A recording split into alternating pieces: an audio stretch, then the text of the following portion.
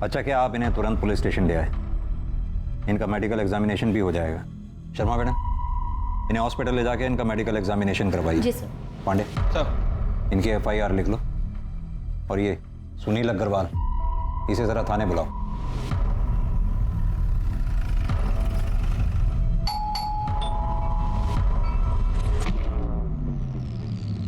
कौन आया है? सर जी, मानसी झूठ बोल रही है। आप ही सोचिए, मैं भला अपनी मेड का रेप करूंगा, वो भी इस उम्र में। Sir ji, I am 62 year old. मुझे ये बताने में जरा भी शर्म नहीं कि मुझ में अब वो पावर नहीं बचा। अगर आपको यकीन नहीं है तो मेरी वाइफ से पूछ लो। सर ये एकदम सच बोल रहे हैं। देखिए कौन सच बोल रहा है कौन झूठ, ये मेडिकल एग्जामिनेशन के बाद पता चलेगा। अरे अग्रवाल जी, आपको हमारे साथ चलना होगा। अरे अरे, ये क्या जबरदस्ती है? मिस्टर सुनील अग्रवाल और मानसी, आप दोनों की मेडिकल रिपोर्ट इस वक्त मेरे सामने है। मानसी की मेडिकल रिपोर्ट में साफ साफ लिखा है कि मानसी पहले से ही सेक्सुअली एक्टिव है। डॉक्टर्स का मानना है कि मानसी के प्राइवेट पार्ट्स में किसी भी तरह के सीमेन के कोई ट्रेसेस नहीं मिले। जहां तक मिस्टर सुनील अग्रवाल का सवाल है, उनकी मेडिकल रिपोर्ट के मुताबिक डॉक्टर्स का मानना है कि वो पेनिट्रेटिव सेक्स करने की क्षमता खो चुके हैं, यानी कि मेडिकली वो किसी का रेप नहीं कर सकते। सर, मैंने तो पहले ही कहा था कि आजकल की मेड ऐसी होती है, मोटी पार्टी देखी नहीं कि पैसे अट्ठे के चक्कर में रेप तक के झूठे इल्जाम लगा देती है। क्या मतलब है आपका? मेरी बहन झूठ बोलेगी? हाँ, मेरे पति कभी किसी का रेप नहीं कर सकते। और ये, इसे तो वो बेटी की तरह मानते हैं। झूठ बोल रहे हैं ये दोनों मिलके। सर, एक लड़की के लिए उसकी इज्जत से बढ़कर कुछ नहीं होता है। तुम्हारी मेडिकल रिपोर्ट में साफ साफ लिखा है कि तुम्हारा रेप हुआ ही नहीं है, बल्कि तुमने पैसे हटने के चक्कर में अपने मालिक मिस्टर सुनील अग्रवाल पर झूठा आरोप लगाया। नहीं सर, ये गलत है। ये झूठ बोल रहा है आदमी। क्या झूठ है क्या सच है अभी पता चल जाएगा। यादव सर। जरा लेकर आओ उसे। Okay sir.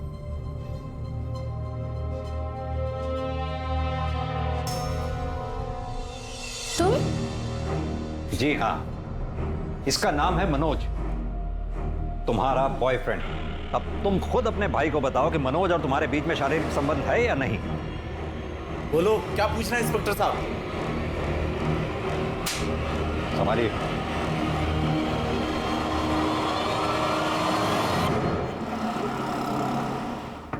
मानसी, दरवाजा खोलो।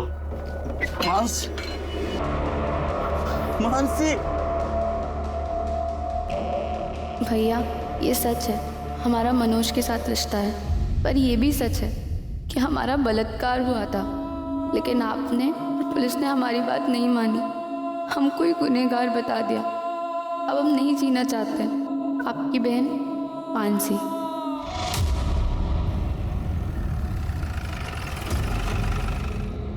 मानसी ने सुसाइड किया, इसमें मेरा क्या दोष है? दोष है क्योंकि मानसी ने अपने सुसाइड नोट में साफ साफ लिखा है कि उसका बलात्कार हुआ था। साफ साफ बताइए कि माजरा है क्या। माजरा कुछ भी तो नहीं सर। माजरा क्या हो सकता है? मतलब सर, ले आओ। सर, ये बेड के नीचे 2 बॉक्स मिला है और देखिए इन बॉक्सेस में क्या मिला है। सेक्स टॉय भी रखा है सर। तो माजरा ये है, इससे आपने मानसी का रेप किया था। जवाब दीजिए। सर मेरे पति ऐसा किसी के साथ कर नहीं सकते सर। आप प्लीज चुप रहिए। इतना सब कुछ मिलने के बावजूद भी आप अपने पति की तरफदारी कर रही हैं। मेरे पति ऐसा कभी किसी के साथ कर ही नहीं सकते। आप शांत रहिए। हाँ, सारा कसूर मेरा ही है। मैं ही दोषी हूँ। मानसी ने मेरे कारण सुसाइड किया। I want my responsibility. अरे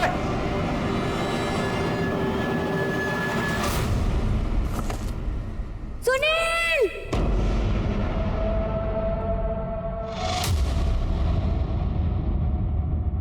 नमस्कार, आदाब। क्राइम पेट्रोल सतर्क के ब्लैक हेडलाइंस अध्याय के आज के एपिसोड में आप सबका स्वागत है। जिन लोगों से हमारा व्यवहार होता है उन पर भरोसा करना लाजमी है, लेकिन भरोसा एक ऐसी चीज है जो बहुत सोच समझ कर करना चाहिए। मानसी ने सुनील पर भरोसा किया और उसका दिया हुआ शरबत पी लिया। नतीजा ये हुआ कि वो सुनील द्वारा अननेचुरल यानी कि अप्राकृतिक तरीके से किए गए रेप का शिकार बन गई।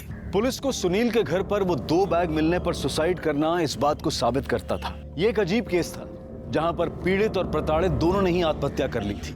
पुलिस के केस क्लोज करने के बाद भी ये मामला तकरीबन 1 महीने तक मीडिया में चर्चा और वाद विवाद का विषय बना रहा। शहर के समाज सुधारकों के एक खेमे ने सुनील अग्रवाल और मानसी गोस्वामी की आत्महत्या के लिए पुलिस को दोषी ठहराया, जिसे पुलिस महकमे ने बेबुनियाद बता दिया। इतने हो हल्ले और हंगामे के बाद यह केस यहां बंद हो चुका था, लेकिन क्या वाकई में ये इस केस का अंत था या फिर ये एक बड़े केस का एक छोटा सा हिस्सा था?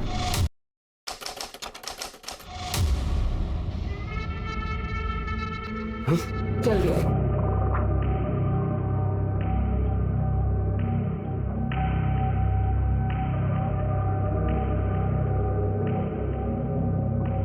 वृंदा, वृंदा,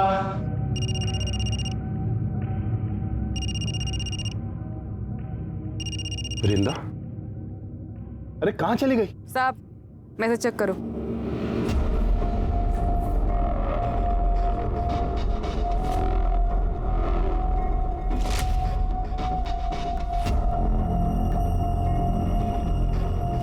वीडियो क्यों बनाया तूने? और ये मुझे क्यों भेज रही है? तो 5 लाख, और अगर नहीं दिया ना तो तुम्हारी बिल्डिंग में वॉचमैन, धोबी, माली, हर एक फ्लैट वाले को ये वीडियो भेज दूंगी, समझा? अच्छा, तो तू 24 घंटे हैं तेरे पास, रखती हूँ।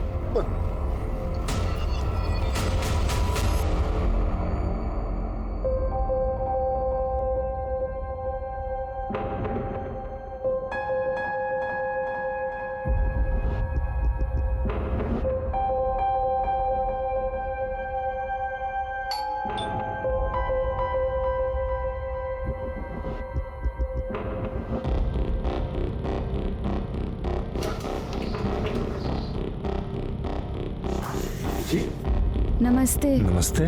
मैं करिश्मा। करिश्मा?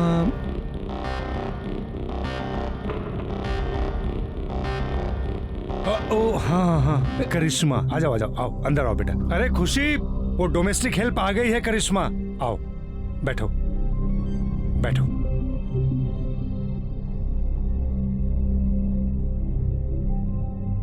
नमस्ते। नमस्ते नमस्ते, बैठो। देखो, काम मैंने फोन पे तुम्हें समझा दिया है, बस हम 2 लोग हैं। सर काम कब से शुरू करना है? वो हम सोच रहे थे आज से ही कर देते। वो क्या है ना, हमारी माँ हमारे रहते दूसरों के घर में काम करती है, हमको अच्छा नहीं लगता। और वैसे भी हमारे भाई की भी तबीयत ठीक नहीं रहती, उसके पास कोई नहीं होता तो वो परेशान हो जाता है। मुझसे क्या पूछ रहे हो? भले घर की लगती है, रख लो। ठीक है बेटा, तुम आज से काम शुरू कर दो। थैंक यू साहब। अरे ऐसे आओ, मैं तुम्हें किचन दिखा दूं, आ जाओ।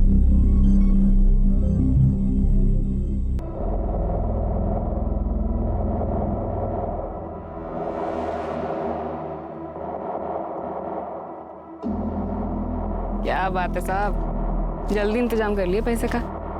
लो।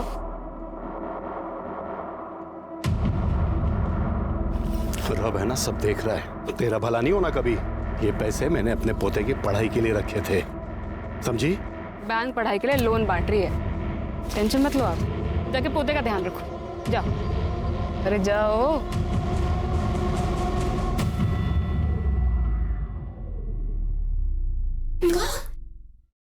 अरे अरे क्या बात है? हाँ, ये देखो मैं आप लोगों के लिए क्या लेके आई हूँ। क्या लाई? समोसा और जलेबी। पैसा कहाँ से मिला रे? अरे जिनके यहाँ काम करती हूँ उन्होंने दिए। वो ना समोसा जलेबी खाएगा। ये देख।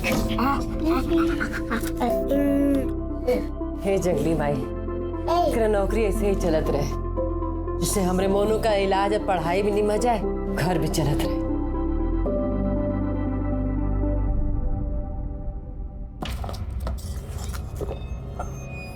बस इतने? बाकी के पैसे का?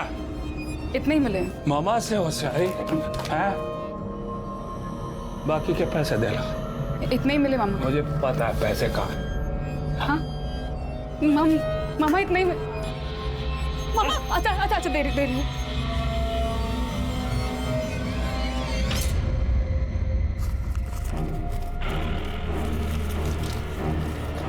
मामा थोड़े से मुझे भी दे दे। ताकि तू भाग जाए। हैं? अरे तेरे माँ बाप ने जब तेरे को घर से बाहर निकाला ना, तो इस मामा ने आसरा दिया तेरे को। चल दबा जा।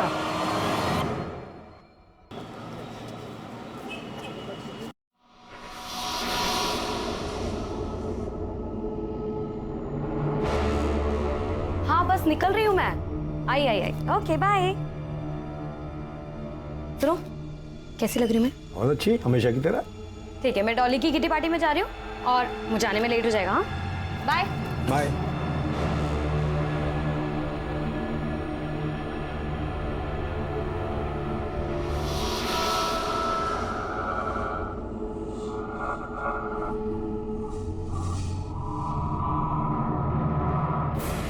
अरे करिश्मा बेटा, ये जूस पी लो। नहीं साहब। कितना काम करती हो तुम, इसके पीने से तुम्हें ताकत मिलेगी। लो बेटा लो लो। अरे लो पियो, शाबाश।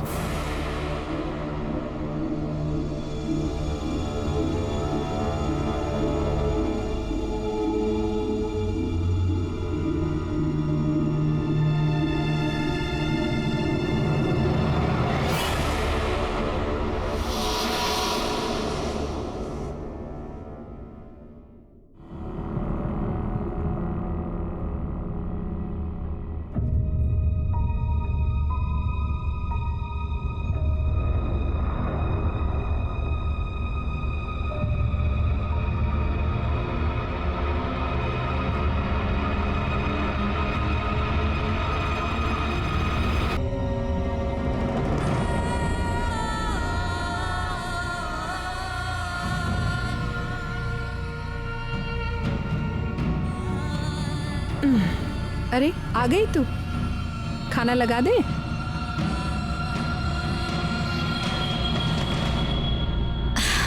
करिश्मा, क्या हुआ बेटा? तबीयत ठीक नहीं है का? चाय पिएगी? चाय बना दे। हाँ, हमारा कुछ भी खाने पीने का मन नहीं, हम कल से नौकरी पे नहीं जाएंगे। उन लोगों ने डांट दिया का? देख बेटा, अब जो लोग इतना सामान पैसा सब दे रहे हैं, अगर कभी कोई चार बात बोल दे ना, दिल पे मत लगा। देख, तू नौकरी छोड़ देगी तो फिर मोनू का क्या होगा? फिर जल्दी इतना अच्छा काम नहीं मिलता है बेटा। ये हमारी बात मानना, जो भी उन लोग कहे सब अनसुना कर दे, फिर ये सब ठीक हो जाएगा। तो काम पे नहीं जाएगी तो घर कैसे चलेगा रे?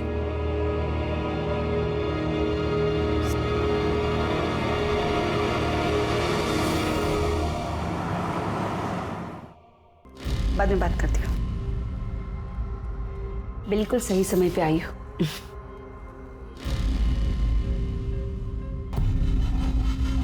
ये है तुम्हारा नया शिकार। कुछ दिन इसका पीछा करो, देखो ये सही समय पे किल ठोक दो। नमस्ते, मैं धीरो जरूर हूँ। क्या लेंगे आप मालिक? चाय पानी? अरे नहीं, कुछ तकलीफ मत कीजिए आप। ये आपका बेटा है? हाँ। बेटा जरा यहाँ आना। क्या रुस्तिकर साहब? ये लो बेटा, ये तुम्हारे लिए। हाँ, जा जा बाहर खेलो, जाओ। अब ये लीजिए बहन, ये आप लोगों के लिए कुछ गर्मा गर्म जलेबी और नमकीन है। और हाँ, ये आपके लिए साड़ी। हमारे लिए साड़ी? हाँ लीजिए। करिश्मा नजर नहीं आ रही। हाँ, करिश्मा घर पे ही है, हम अभी बुलाते हैं। करिश्मा। हाँ माँ। बेटा भाग क्या ना, देख तेरे मालिक आए हैं। कैसी हो करिश्मा? बेटा कल काम पे नहीं आई तुम? मालिक, इसका ना तबीयत थोड़ा ठीक नहीं था, लेकिन कल से आएगी।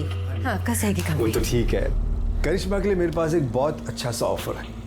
क्या है बहन जी, वो बहुत अच्छा काम कर रही है, तो मैं सोच रहा हूँ कि इसे अपने बहू बेटे के पास दुबई भेज दूं। दुबई? अरे जरा सोचिए बहन जी, यहाँ का 20 रुपया मतलब वहाँ का 1 रुपया, मतलब उसकी पगार 20 गुना बढ़ जाएगी। और हर 3 महीने में हम उसे आपके पास भेज देंगे मिलने के लिए, और आपकी और आपके बेटे की देखभाल के लिए तो हम है ही यहाँ पर। कहिए क्या ख्याल है आपका?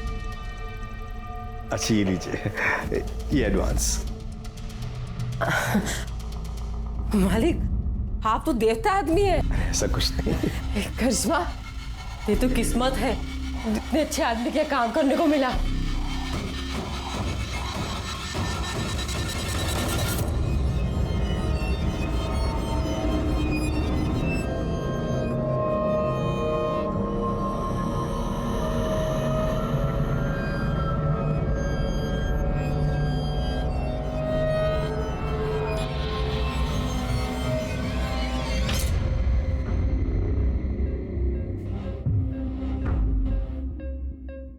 खुशी अग्रवाल जो दूसरी शादी के बाद अब खुशी अरोड़ा बन चुकी थी, उसका ये पति भी दरिंदा था। ये सिर्फ एक कोइंसिडेंस था या फिर इसके पीछे भी कोई और रहस्य था? धीरज 3 हफ्तों तक लगातार गाजियाबाद में करिश्मा का शारीरिक शोषण करता रहा और करिश्मा की मां वैशाली ये समझती रही कि करिश्मा दुबई में अपने परिवार को पालने के लिए नौकरी कर रही है। ऐसे में करिश्मा के शोषण का सिलसिला कब खत्म हुआ? खुशी और वैशाली को करिश्मा के साथ हो रहे अत्याचार का पता चला भी या फिर नहीं?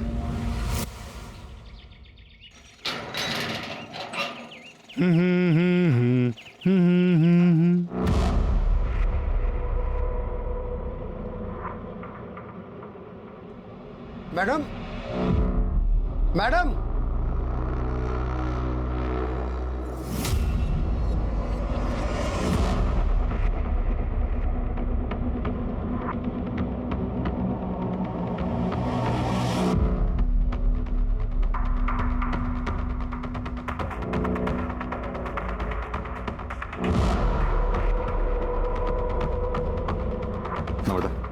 चेक करो, देखो आप। सर ये देखिए, यहाँ काफी स्वेलिंग है। हो सकता है जोर से वार किया हो सकता है मौत इंटरनल इंजरी की वजह से हुई है। और देखो अच्छी तरह से। सर टेरेस और बिल्डिंग के आसपास अच्छी तरह से छानबीन करवाओ, देखो कुछ मिलता है क्या। अगर कातिल ने कत्ल यहाँ किया है तो हो सकता है मर्डर वेपन यहीं कहीं उछाल के फेंका हो। सर आप लोगों में सबसे पहले किसने देखा भाई? सर मैंने। आपने बॉडी के आसपास कुछ देखा? नहीं सर, कुछ नहीं। आप लोगों में से कोई इसे पहचानता है क्या? नहीं सर। नमस्ते सर, मैं सोसाइटी का सेक्रेटरी हूँ। मैंने इन सब से बात कर लिया, मगर हम में से किसी ने इस लड़की को इस सोसाइटी में कभी नहीं देखा। एक बात बताइए, आपके सोसाइटी में सीसीटीवी काम कर रहे हैं? हाँ जी सर। हमें पिछले 2-3 दिन के सीसीटीवी फुटेज चाहिए होगी। मिल जाएंगे सर।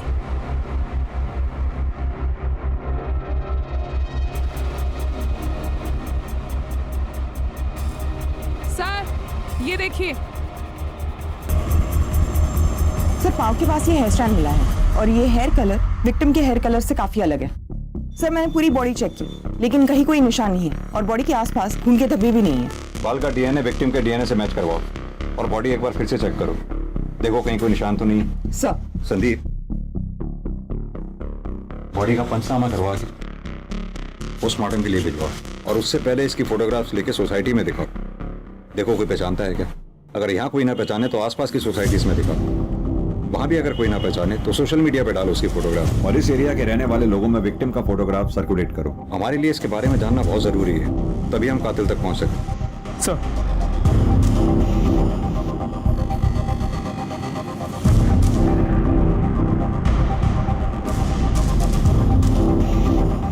आप दोनों इसे पहचानते हो? नहीं।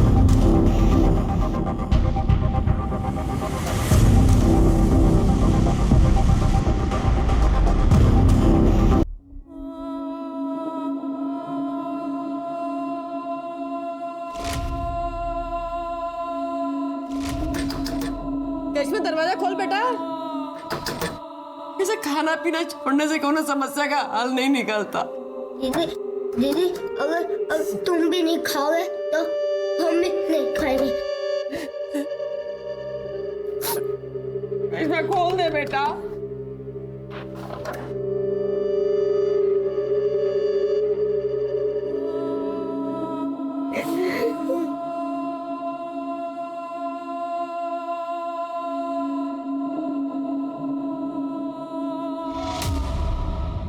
सर उस अनआइडेंटिफाइड बॉडी की पोस्टमार्टम रिपोर्ट। विक्टिम की मौत 13 तारीख को दोपहर 2:30 बजे से 4:30 बजे के बीच में हुई है, लेकिन इसकी इंफॉर्मेशन तो हमें अगले दिन 14 तारीख को सुबह 8 बजे मिली। कुछ समझ में नहीं आ रहा, भरी दोपहर में टेरेस पे मर्डर। सर ये बिलीवेबल नहीं लग रहा। मैंने सीसीटीवी फुटेज भी चेक किया लेकिन कुछ सस्पिशियस नहीं मिला। विक्टिम की मौत सिर पर कोई भारी चीज लगने की वजह से हुई है। संदीप, इतना तो तय ये एक्सीडेंट का मामला नहीं है। सर मैंने टेरेस, कैंपस, आसपास के बिल्डिंग्स में भी चेक किया लेकिन कुछ ऐसा नहीं मिला जिससे हम मर्डर वेपन कह सकें। विक्टिम प्रेग्नेंट थी, तकरीबन 5 महीने। सर बॉडी देखकर तो ऐसे नहीं लग रहा था। सर विक्टिम की बॉडी पे जो हेयर स्टैंड मिला था उसका डीएनए विक्टिम से मैच नहीं करता है सर, ये देखिए। यादव जी एक काम कीजिए, सोसाइटी में उस दिन 2 बजे से लेकर 5 बजे के बीच में जिन जिन लोगों की भी मूवमेंट हुई है सीसीटीवी कैमरा में उन सबको आइडेंटिफाई करो पता लगाओ क्या उनमें से कोई भी विक्टिम के साथ कनेक्टेड था। Okay sir. सर उस बिल्डिंग में जितने भी लोग एक्सक्यूज मी सर, वेलकम। मेरा नाम आलोक, मैं आपसे एक जरूरी बात शेयर करना चाह रहा हूँ। प्लीज बैठिए पहले आप। जी थैंक यू सर। बताइए क्या जरूरी बात शेयर करनी है आप? ये जो लड़की है, मैं इस लड़की को जानता हूँ सर। इस लड़की का नाम विरिंदा चौहान, और सर ये मेरे वहां मेड का काम करती थी। सर वो इसने मुझे अपने सेक्स के जाल में फंसाकर मुझसे 5 लाख रुपए ब्लैकमेल के तौर पर रैंठे थे। आलोक जी, कहीं ऐसा तो नहीं कि विक्टिम के पेट में आप ही का बच्चा था? मैं तो उस लड़की से 1 महीने पहले ही मिला था। आप इस वृंदा चौहान के कांटेक्ट में आए कैसे? मेरे घर के लिए एक मेड की जरूरत थी, तो मैंने मेड एजेंसी वालों को फोन किया। सहेली नाम की एक मेड एजेंसी थी, उन्होंने मेरा नंबर ये विरिंदा चौहान को दिया था। आप अपना कांटेक्ट नंबर? जी। वृंदा चौहान का कांटेक्ट नंबर? और वो जो एजेंसी का नाम बताया आपने, इसका कांटेक्ट नंबर नम्रता को लिखवा दीजिए। नम्रता जी सर, नंबर ले लो इसका, आप जा सकते हैं। सर ये आलोक खुद होके आया तो है, लेकिन इसकी हर बात पे हम विश्वास नहीं कर सकते। कहते तुम सही रहे हो संदीप। ये वृंदा चौहान के कॉल रिकॉर्ड्स और उसके लोकेशन रिकॉर्ड्स निकलवाओ, और जिस एजेंसी के बारे में ये आलोक बता रहे थे, सहेली, वहां जाकर वृंदा चौहान के बारे में पता करो। सर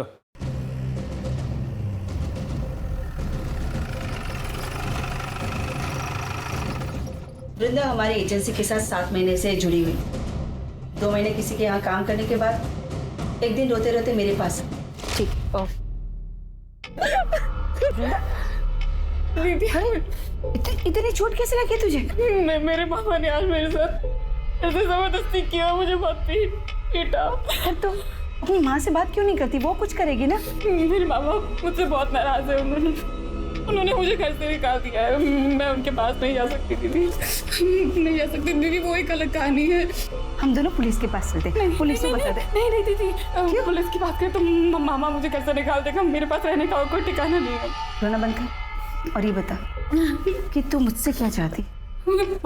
मामा ने बोला था कि उसको पैसे ला के दूंगी ना तो वो मुझे छुएगा नहीं।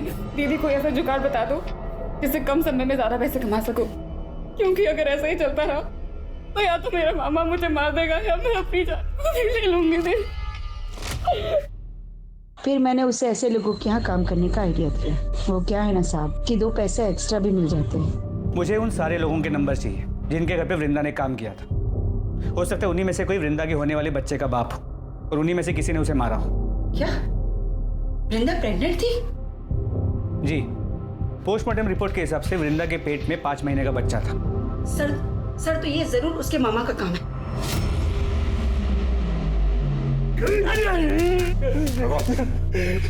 जनाब जितना मारना मार लो जनाब, मैं सच कहता हूँ।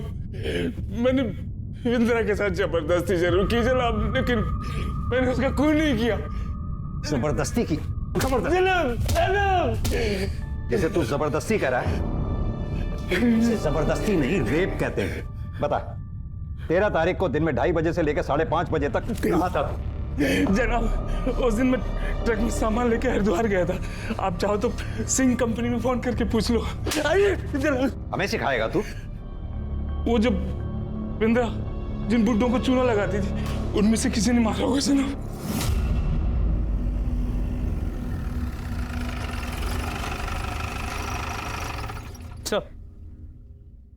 जिन जिन सीनियर सिटीजन्स के यहाँ पे वृंदा ने काम किया था उन सब ने बयान देने से मना कर दिया। लेकिन संदीप, वृंदा प्रेग्नेंट थी और जाहिर सी बात है उसके बच्चे का बाप इन्हीं में से कोई एक होगा। सर इस बारे में भी हमने उनसे पूछा, लेकिन सबका यही कहना है कि वो लोग प्रोटेक्शन यूज करते थे। सबसे पहले तो ये वृंदा के मामा अतुल चौहान का डीएनए वृंदा के फीटस से मैच कराओ। अगर उसका डीएनए मैच नहीं होता फिर बाकी बचे लोगों का डीएनए टेस्ट करवाओ। सर एक बात और, एजेंसी से मिले नंबर्स में एक नंबर धीरज अरोरा का भी था।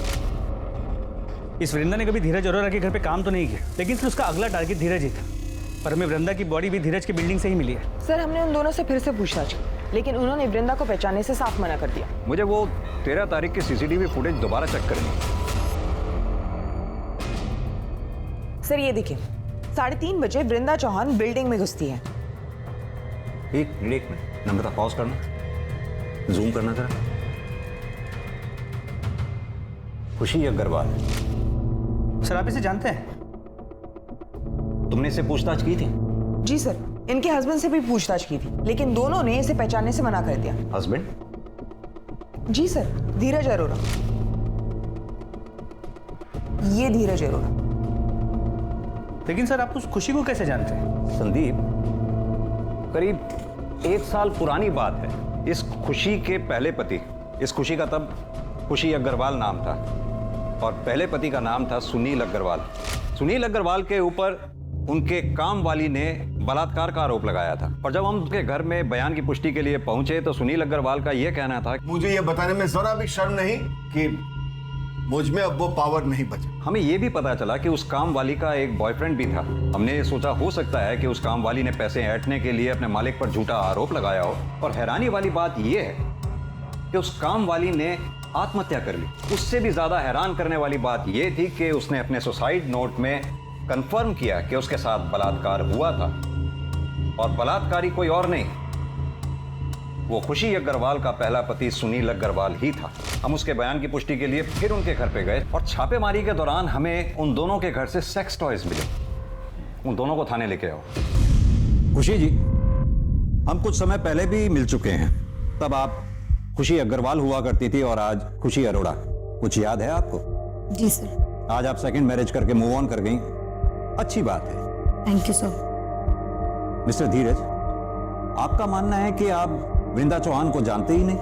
जी बिल्कुल। जबकि वृंदा जिस एजेंसी में काम किया करती थी उस एजेंसी के मुताबिक आपने किसी काम वाली के लिए वहां रिक्वायरमेंट दी थी और उस एजेंसी का यह कहना है कि वृंदा आपके घर में काम करने वाली थी।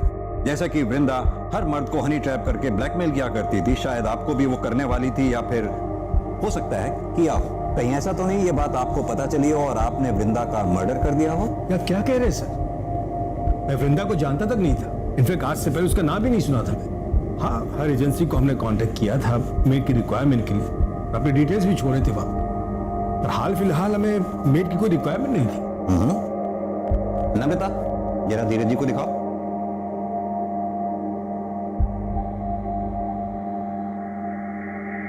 मिस्टर धीरज, कल आप अपने ऑफिस से 4 बजे घर लौट कर आए और फिर आधे घंटे बाद अपने घर से चले गए, जबकि हमने पता किया है कि आप अपने ऑफिस से रोजाना 7 बजे के बाद निकलते हैं। सर वो मैं अपने कुछ फाइल्स भूल गया था, इंपॉर्टेंट थे, इसलिए पर्सनली लेने आ गया था घर पे। और खुशी जी, आप कल अपने घर से 3:45 पे निकली और ठीक 10 मिनट बाद 3:55 पर घर लौट कर आ गई।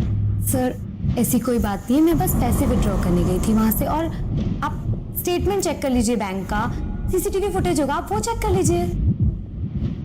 खुशी जी, ये एक अजीब सा इत्तेफाक नहीं है?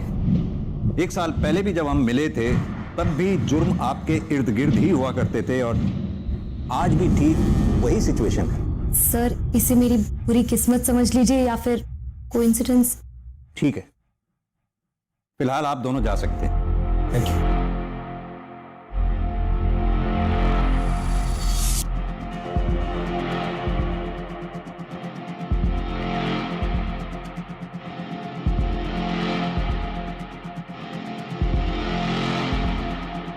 संदीप, लगता है खुशी मैडम का हेयर फॉल आजकल कुछ ज्यादा ही हो रहा है।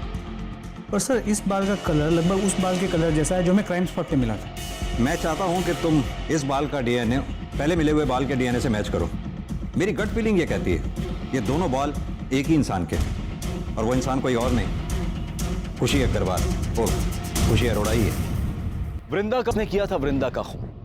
वो सीनियर सिटीजन जिनको वृंदा ब्लैकमेल करती थी, या फिर वृंदा का मामा जिसने उसका शारीरिक शोषण किया था, या फिर धीरज अरोड़ा जो वृंदा का अगला टारगेट था? अब इस केस में कुछ ऐसी कड़ियां खुलने वाली थी जो इन सारे रहस्यों पर से एक के बाद एक पर्दा उठाने वाली थी।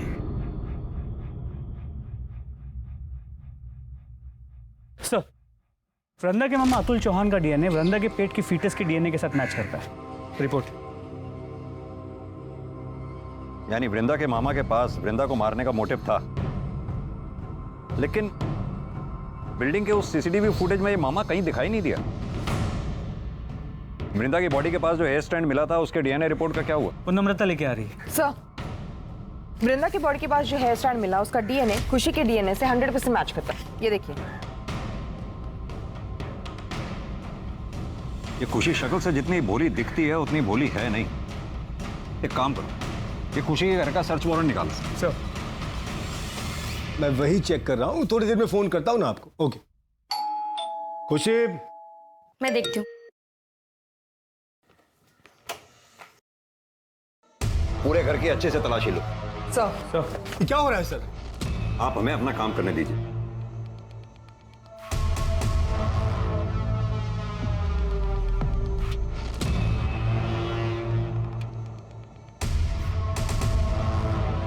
सर ये देखिए।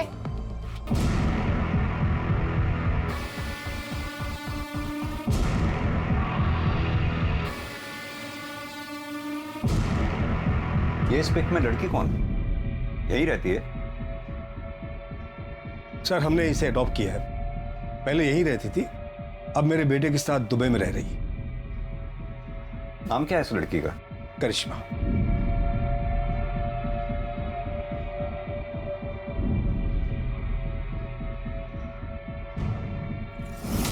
सर एक मिनट यहाँ आइए, देखिए क्या मिला है। सर मर्डर वेपन तो नहीं मिला, लेकिन ये सब कुछ मिला है। और सर ये देखिए, सर ये सारा सामान बिल्कुल वैसा ही है जैसे आपने कहा था आपको खुशी के पिछले घर से मिला था। लेकिन वो सामान तो पुलिस ने जब्त कर लिया था। ये सामान आपने नया खरीदा है क्या? मुझे कुछ समझ नहीं आ रहा। मिस्टर धीरज, क्या आपकी भी सेक्स करने की क्षमता चली गई है? नहीं, क्यों? वो क्या है कि 1 साल पहले हमसे बहुत बड़ी एक गलती हो गई थी। मानसी गोस्वामी ने इनके पहले पति सुनील अग्रवाल पर एक आरोप लगाया था, बलात्कार। इनके पति ने गिल्ट में आके आत्महत्या कर ली, केस क्लोज हो गया। लेकिन उस केस का एक मुजरिम आज भी खुलेआम घूम रहा है। देखिए, आप दोनों के खिलाफ हमारे पास इतने सबूत तो हैं ही कि हम कोर्ट में आसानी से ये साबित कर पाएंगे कि वृंदा का मर्डर आप दोनों ने ही मिलकर किया है। सर हमने ऐसा कुछ भी नहीं किया, हमने उसे नहीं मारा सर। ये आपके बाल वृंदा की बॉडी पर कैसे मिले और उन बालों का डीएनए आपके डीएनए से कैसे मैच करता है? और यही नहीं, वृंदा के लोकेशन रिकॉर्ड वारदात के कुछ रोज पहले तक लगातार धीरज के लोकेशन रिकॉर्ड से कैसे मैच करते हैं? सर मुझे नहीं पता ये। आप तो चुप ही रहिए मिस्टर धीरज, लगातार आप झूठ पर झूठ बोलते चले जा रहे हैं। यादव जी जरा फुटेज दिखाइए इन्हें। इस फुटेज में जो लड़की दिखाई दे रही है करिश्मा, आपने ये कहा कि आपकी अडॉप्टेड बेटी है और वो दुबई में रहती है, तो फिर कैसे इस फुटेज में आपकी बिल्डिंग से वो निकलते हुए दिखाई दी और कहां जा रही थी वो? हमारा टाइम वेस्ट मत कीजिए, ये बताइए कि आप दोनों ने मिलकर वृंदा को मारा या आप दोनों ने करिश्मा के साथ मिलकर वृंदा को मारा?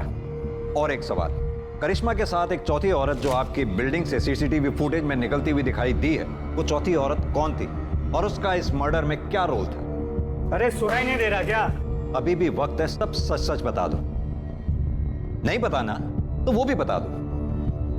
कोर्ट में तो हम साबित कर ही देंगे कि वृंदा का मर्डर आप दोनों ने किया है। कब तक चुपचाप सुनती रहोगी? सच बता दो ना।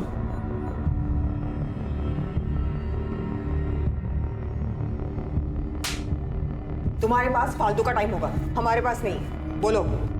सर हमने वृंदा को नहीं मारा, उल्टा वो हमें फॉलो कर रही थी, वो हमें ब्लैकमेल कर रही थी सर। और वो धीरज को फॉलो करते करते मुझ तक पहुंची। उसने हम दोनों को साथ देखा और उससे पता चल गया था कि हम दोनों पति पत्नी हैं। जब धीरज नहीं थे, उनकी एब्सेंस में वो घर भी आई थी। तुम अपने बचपन के पैर को अंदर नहीं बुलाएगी? तुम यहाँ क्या करने आई हो?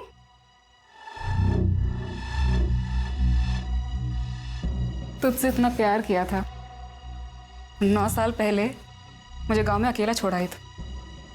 सारे गांव वालों ने मेरा सर मुंडवा दिया, माँ बाप ने घर से निकाल दिया, अम्मा ने मेरा रेप किया। ये अच्छा है, मेरी जिंदगी खराब करके अय्याशियाँ कर रही है। तो क्या चाहती है? 1 लाख रुपए। किस बात के 1 लाख रुपए? तेरे पति को बताऊं तेरे बारे में? खोलूं तेरी बोल? हवा टाइट हो गई तेरी। कहाँ से लाऊं मैं 1 लाख रुपए? घर पे रखे होते 1 लाख रुपए? बाजू में ATM है और तेरे पास 2-3 अकाउंट तो होंगे ना। तो एक काम कर, सारे अकाउंट से थोड़े थोड़े पैसे निकाल के 1 लाख रुपए दे दो। मौसी हूँ तुम्हारे मुंह पर ला करके 1 लाख रुपए।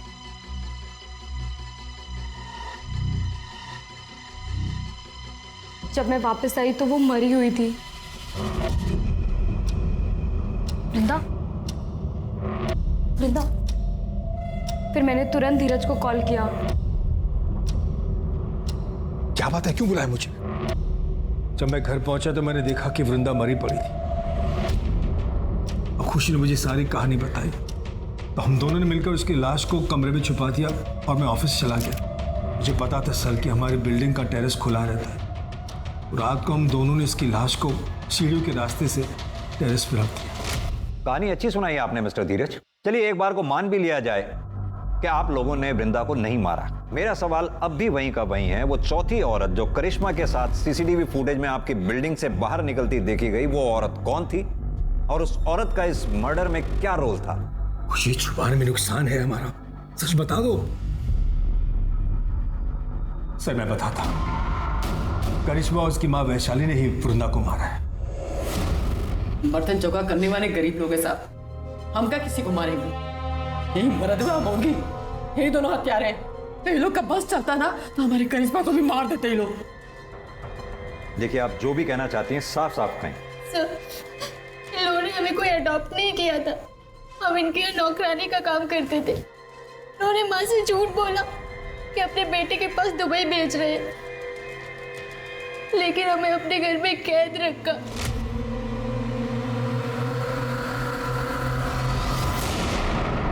और पूरे 21 दिन हमारे साथ जबरदस्ती की।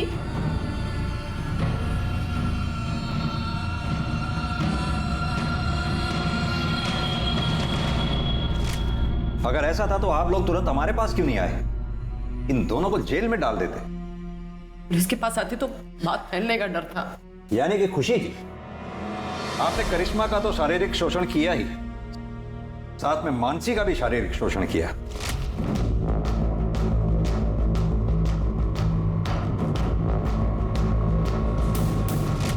इतना ही नहीं, इस कुकर्म में आपके दोनों पति बराबर के भागीदार थे। पहला पति सुनील अग्रवाल, वो आपको ये कुकृत्य करते हुए देखता था, और आपका दूसरा पति मिस्टर धीरज अरोड़ा इस कुकर्म में आपके बराबर के भागीदार थे। आईपीसी की धाराओं की लंबी लिस्ट लगेगी आप दोनों की।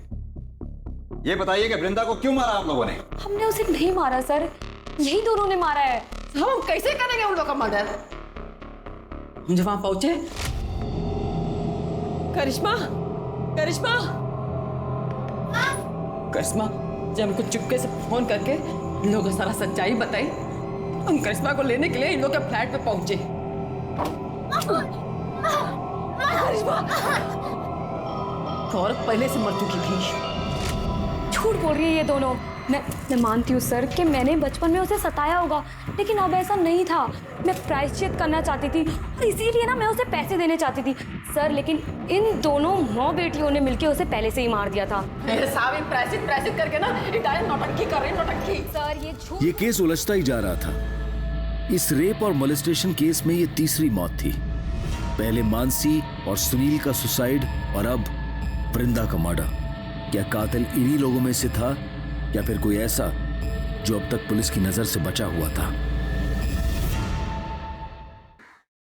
हो ना हो कत्ल इन चारों में से ही किसी एक ने किया है। हो सकता है खुशी ने वृंदा को मारा हो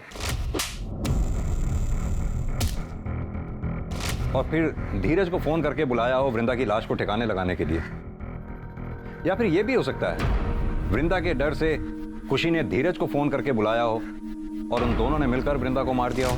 कौन हो तुम? कौन हो तुम?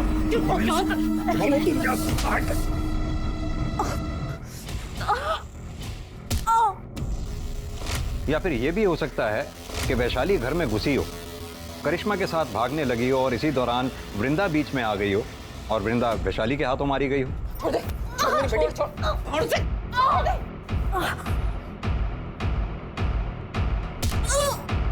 कुछ समझ नहीं आ रहा है संदीप। सर, वृंदा मर्डर केस में एक इंटरेस्टिंग चीज सामने आई है।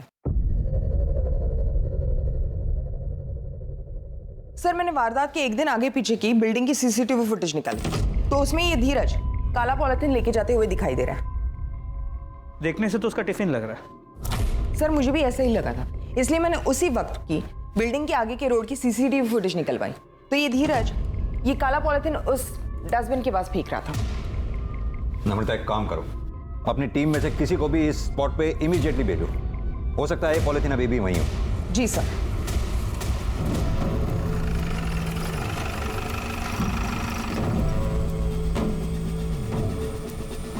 महेश।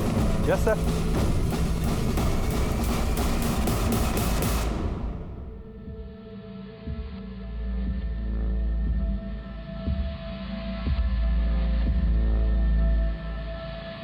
सर ये बैग मैंने फेंका जरूर था, वृंदा को मैंने नहीं मारा सर, ना ही खुशी ने मारा। फिलहाल तो आप चारों में से जिसने भी वृंदा को मारा है बहुत जल्द पता चल जाएगा, क्योंकि हमारा फिंगरप्रिंट एक्सपर्ट उस गुलदस्ते की जांच पड़ताल में लगे हुए हैं। अभी भी टाइम है, आप में से जिस किसी ने भी वृंदा को मारा है शराफत से कबूल कर ले।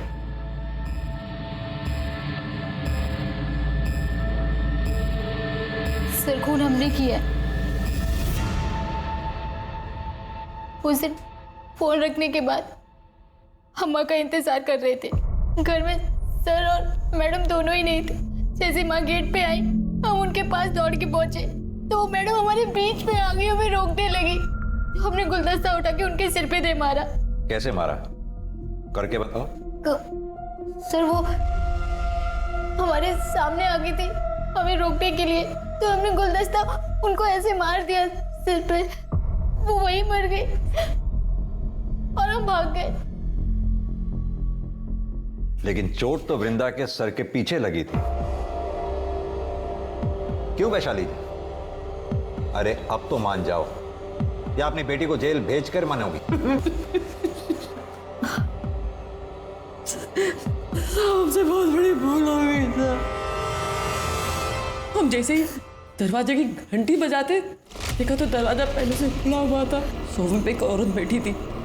हमको लगा खुशी मैडम है। हमारी नजर फूलदान पे पड़ी और उसको उठाए उनके सर पे दे मारे।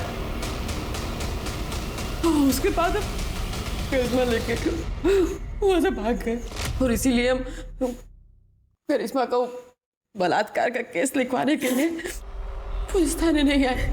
बिना देखे सुने, बिना सोचे समझे कुछ भी करने से पल भर में जीवन बिगड़ जाता है। जरा सा भी समझदारी से काम लिया होता तो अपराधी बनने से बच जाती।